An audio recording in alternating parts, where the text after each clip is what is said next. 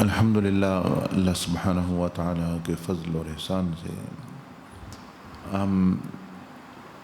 نماز کے بعد جو اذکار ہیں فرض نماز کے بعد،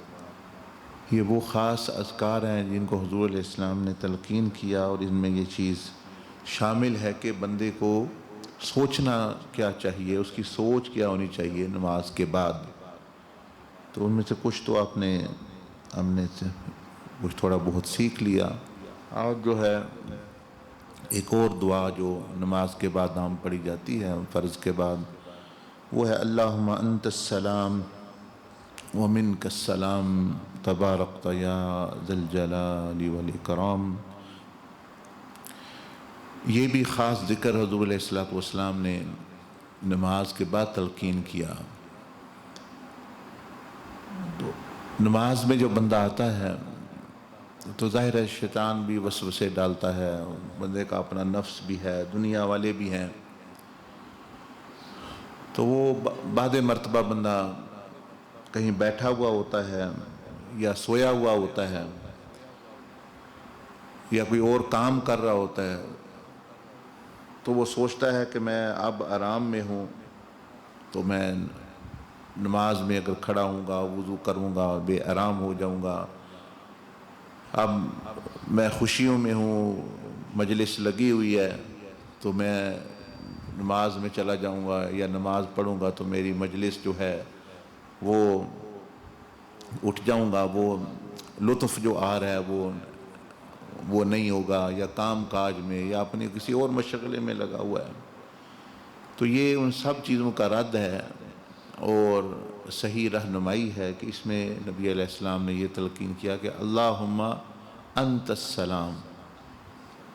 کہ سکون اطمینان کا جو منبع ہے، جو مصدر ہے، یعنی جہاں سے سکون اور امن اور خوشی اور یہ چیز آتی ہے، اس کا وہ جو اصل مرکز ہے، جیسے ایک چشمہ ایک جگہ سے پھوٹتا ہے تو پھر پانی دوسری جگہوں میں پہنچتا ہے، لیکن اصل تو اس چشمے کی وہ جگہ ہے جہاں سے وہ پھوٹ رہا ہے۔ تو سلامتی اور سکون کا جو چشمہ ہے وہ اللہ پاک کی صفت السلام ہے، کہ اللہ پاک کے اسماء میں سے ایک نام ہے السلام، یا سلام، یا اس کو کہ جو خود سلامتی ہے اور سلامتی دینے والا ہے، سکون دینے والا ہے، سلامتی عطا فرمانے والا ہے، صحت میں بھی اور دنیا میں بھی، آخرت میں بھی، مال میں بھی، یعنی جتنے بھی انسان کی زندگی کے پہلو ہیں ان میں انسان سلامتی کا خواہاں ہے کہ مجھے سلامتی ملے، مجھے سکون ملے۔ تو اس کو بتایا جا رہا ہے کہ یہ جو سلامتی اور سکون ہے یہ اللہ جل مجدہ کی صفت ہے، اللہم انت السلام، واللہ ہی سلامتی ہے، سلامتی کا جو مصدر ہے، منبع ہے، وَمِنْكَ السَّلَامُ، اگر کہیں سلامتی ہے تو وہ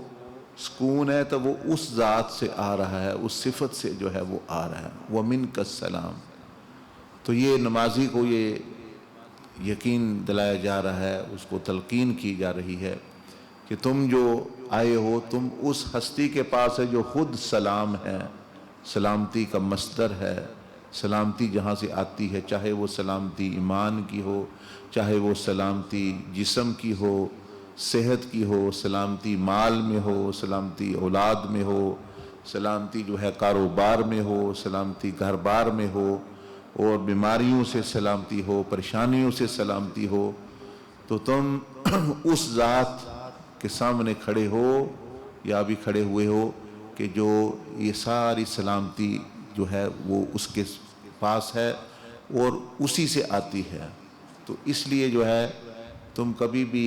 یہ خطرہ دل میں نہ لاؤ، یہ خیال دل میں شیطانی وسوسہ نہ آنے دو کہ تم کسی چیز کے سکون یا آرام میں تمہارے مخل ہوئی ہے نماز یا اللہ کے ہاں حاضری، کیونکہ اللہ ہی ساری کائنات کا